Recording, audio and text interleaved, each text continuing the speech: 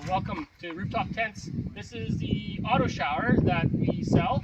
It is a 10-gallon, 30-liter approximate auto shower. What's great about this is it's very light. It's made of aluminum. It's food grade, durable.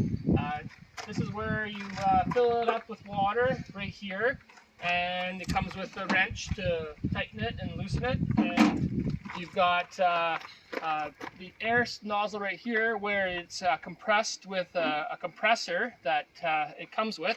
And so basically you just fill it up with air. You can plug it into your lighter socket, and then it only takes a couple moments for it to charge, and then all of a sudden you've got water.